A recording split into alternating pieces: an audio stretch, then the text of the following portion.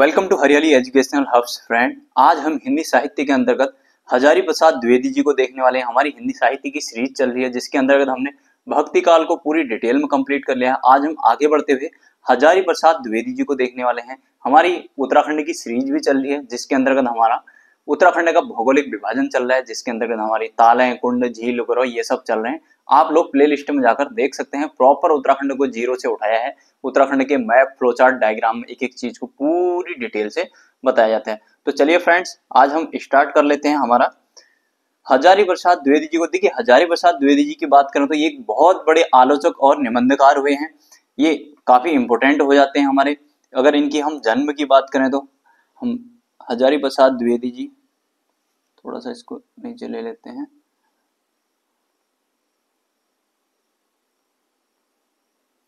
हजारी प्रसाद द्विवेदी जी की बात कर रहे हूं।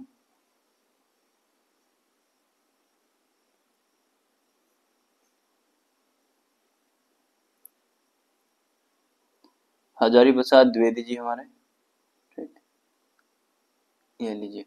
अब इनकी जन्म की बात करें तो देखिए, इनका ना सीधे सीधे हम जन्म वर्ण ना लिख के सीधे सीधे ये सीधे मैं इस तरीके से लिख देता हूं।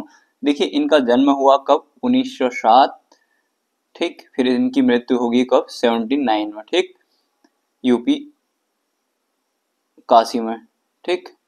मतलब इसको समझ रहे होंगे ना, 1907 में जन्मे और 79 में इनकी मृत्यु होगी, ठीक। तो हम आगे बढ़ जाते हैं क्योंकि ये जन्म मरण से कभी क्वेश्चन नहीं पूछेगा, इसलिए मैं शॉर्ट शॉर्ट में बता देता हूँ।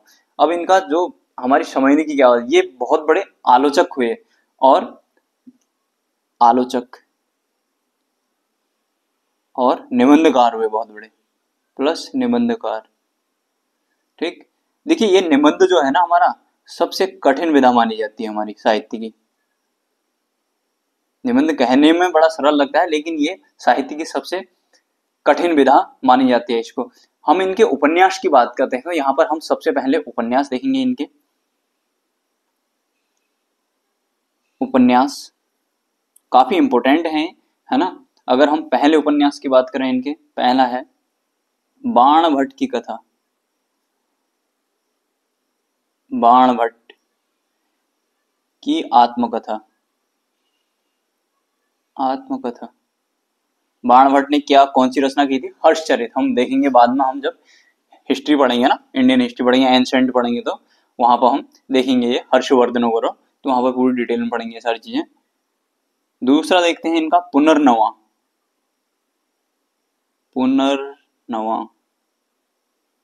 पुनर्नवा एक औषधि पौधा होता है, औषधि का पौधा होता है, ठीक। देखिए फ्रेंड्स, अगर कोई लोग आप नोट्स बना रहे होंगे तो ना, मैंने अपनी स्पीड इसलिए थोड़ा सा हल्की कर दी है। अगर थोड़ा तेज करना होगा तो आप लोग मुझे बता सकते हैं, मैं तेज तेज भी शुरू कर दूंगा बताना, ठीक। चारुचंद्र लेख नेक्स्ट इनका, चारु चंद्र लेख।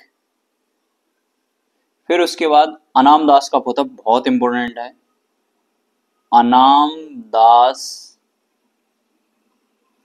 का पोथा, ठीक। अनाम दास का पोथा आ गया। फिर इनके आलोचनात्मक कार्य देख लेते हैं, काफी इंपॉर्टेंट है इनके आलोचनात्मक कार्य, ठीक। आलोचनात्मक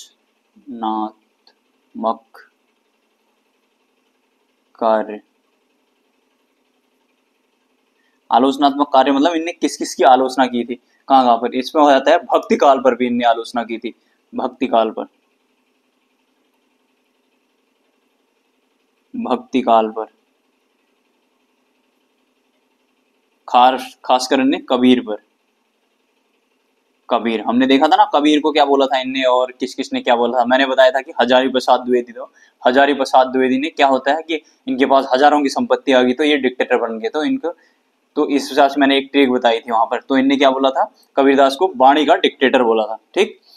नेक्स्ट देख लेते हैं हम, नेक्स्ट देखते हैं हिंदी साहित्य का इतिहास। हिंदी साहित्य का इतिहास।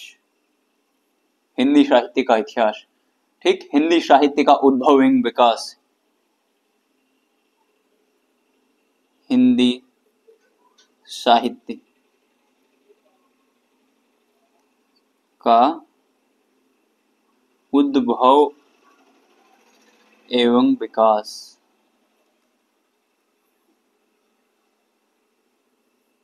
ठीक, हमारा फिर नेक्स्ट आ जाता है कालिदास की लालित्य योजना। कालिदास की लालित्य योजना,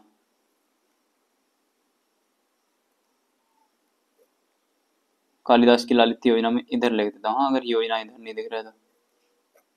ठीक, फिर उसके बाद हमारा आ जाता है साहित्य साधना। अगला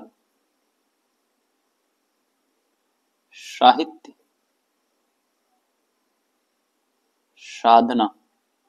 ठीक, देखिए फ्रेंड्स, मैं बार बार जब ना इस चीज को छोड़ दे रहा हूँ, यहाँ से स्टार्ट कर रहा हूँ, तो ये जो भी घुंडी वाले इस टाइप से होंगे ना, जैसे ये घुंडी वाला है, तो इसको पूरा ऐसे नहीं करेंगे, इसको सिर्फ यहाँ पर सिर रेखा देते हैं, इसको पूरा नहीं। जैसे भौ है तो ये भौ है, तो इसको ऐसे करेंगे, सिर्फ सीधे ऐसे नहीं करेंगे, यहाँ से इसके ऊपर से ऐसे ले जाते हुए नहीं करेंगे। मैं हिंदी में आपको बताऊंगा ग्रामर, जल्द ही ग्रामर भी मैं स्टार्ट करने वाला हूँ। थोड़ा सा शेड्यूल मेरा बिजी चल रहा है ना, तो फिर इसलिए मैं थोड़ा लेट हो जाता हूँ शाम के टाइम, तो मैं जल्द ही हिंदी का मतलब ग्रामर भी स्टार्ट करने वाला हूँ। ठीक, ये हो गए हमारे आलोचनात्मक कार्य इनके। अब हम लिख देते हैं इनके, देख लेते हैं निबंध संग्रह। देखिए बहुत ही ज्यादा इंपॉर्टेंट है, मैं बता रहा हूँ बहुत ही ज्यादा इंपॉर्टेंट है निबंध संग्रह इनके, इनको ध्यान में रखना। ठीक, जहां जहां पर मैं जरूरत होती है तो वहां वहां पर वीडियो बड़ी भी बना देता हूँ, और जहां पर इंपॉर्टेंट होता है उसको मैं आपको बताता भी हूँ। ठीक, जैसे भक्ति काल में हमने जहां पे छोटी छोटी दी तो वहां पर छोटी छोटी बनाई थी। अब इनके देख लेते हैं यहाँ पर निबंध संग्रह, काफी इंपॉर्टेंट है निबंध संग्रह।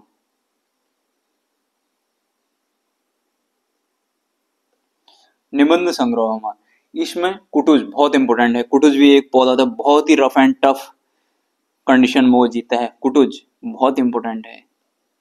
ठीक, कुटुज हो गया। अशोक के फूल, अशोक के फूल। ठीक, अशोक के फूल। फिर आलोक पर्व, आलोक पर्व बहुत इंपॉर्टेंट है। इसमें इन्हें साहित्य अकादमी पुरस्कार मिला था, साहित्य अकादमी पुरस्कार, अकादमी पुरस्कार। ठीक, इस आलोक पर्व में इनको क्या मिला था?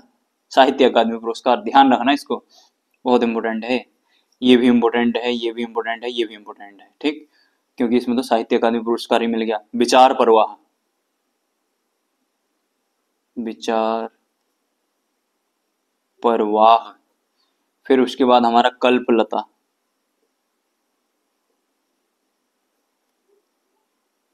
कल्पलता हो गया हमारा। ठीक, फिर उसके बाद विचार और वितर्क,